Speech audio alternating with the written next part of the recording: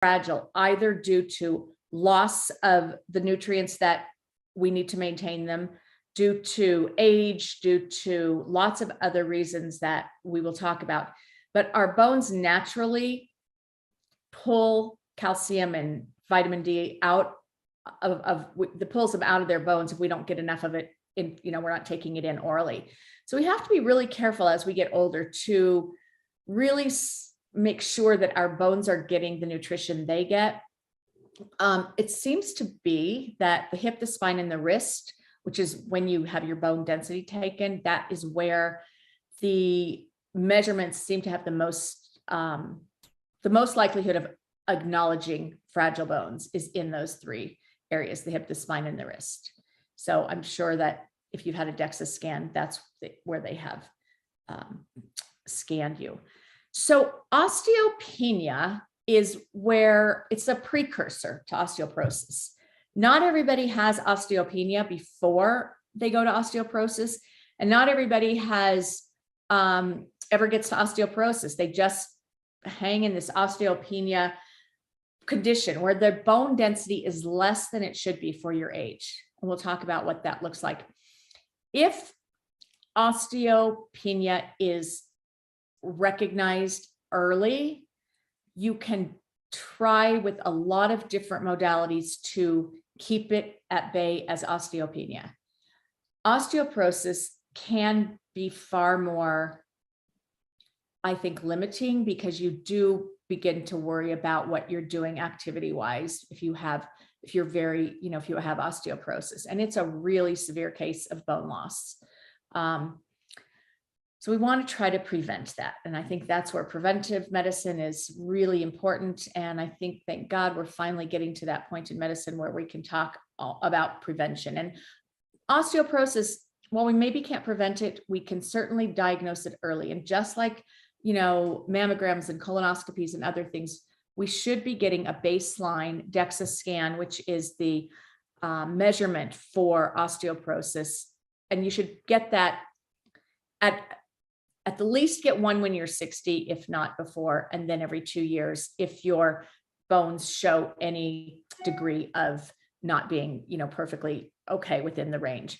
I also learned that when you have a bone scan, you have to make sure that it is read properly, because sometimes what the prescribing healthcare provider gets back is a very just sort of like a cursory kind of just explanation, and it doesn't have the details. There are details that you can get that go into much greater, more specificity of what the bone density looks like. And I don't know if it requires a different test, but I just know that there are ways besides just looking at the overall, the x-rays and seeing what those show. There are ways to actually look and find out why your bones are weak, what is causing it. All right. And we'll talk a little bit about that, the things that we know and things we don't. So osteopenia, osteoporosis. All right. So here we go. These are factors we can't control. Any disease process, the first 2, 3, age, gender, and family history. Those come with you. You take them with you in your baggage for life. So you have to know, if you can, what your family history is like, because like many other disease processes, the risk of having osteoporosis clearly increases if you have a family relationship that also had this. Previous fracture really relates to a fracture after the age of 50. Anything you did when you were a kid, you fractured, your wrist, your leg, whatever. Those things happen. They're generally they aren't happening for the same reason that fractures happen later in life. But it's important to always be mindful that if you've had a fracture, then you need to make sure you are getting a bone density and test and making sure you're monitoring and watching that. So menopause and hysterectomy, we really can't control that either, except that if you were in the place in the world where hormone replacement therapy was being prescribed, that was a time that was not everyone. It's a very, very, very cloudy area still about who is getting estrogen and progesterone and the reasons why, and measuring the risks of that versus, and the increased risk of breast cancer, a lot of other things that we worry about. So if you are on hormone replacement therapy, that's fantastic. If you're not, there are there's very few cases of osteoporosis where they would put you on it now.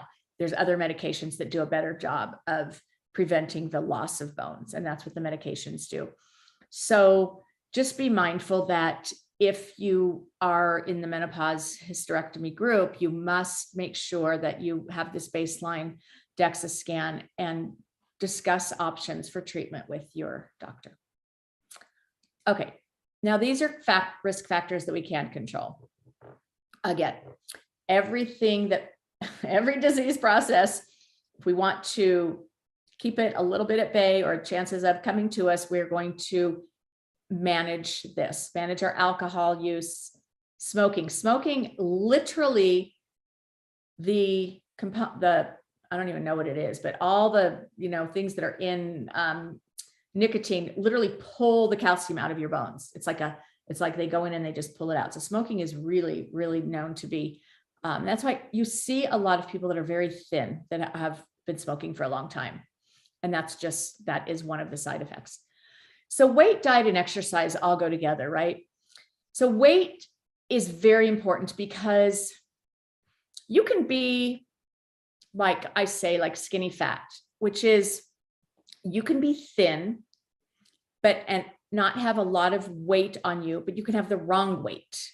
You can have, you can be thin and be really fit, but you may not have the right weight. So you may not have strong bones. You could have, maybe your muscles are not strong, your ligaments are not strong, you're just thin. And that is where weight, as we get older, is really important to manage and make sure that you are nutritionally safe and sufficient, getting the nutrients you need. It's not good enough to just be at a lower weight.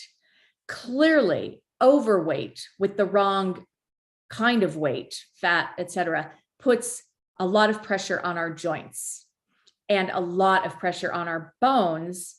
And therefore our muscles, ligaments, tendons, all those things have to work harder. So when we get to exercise, we'll talk more about weight, but diet, weight, and exercise are so key to the osteopenia, osteoporosis, disease. It just happens to be factors that we must have better control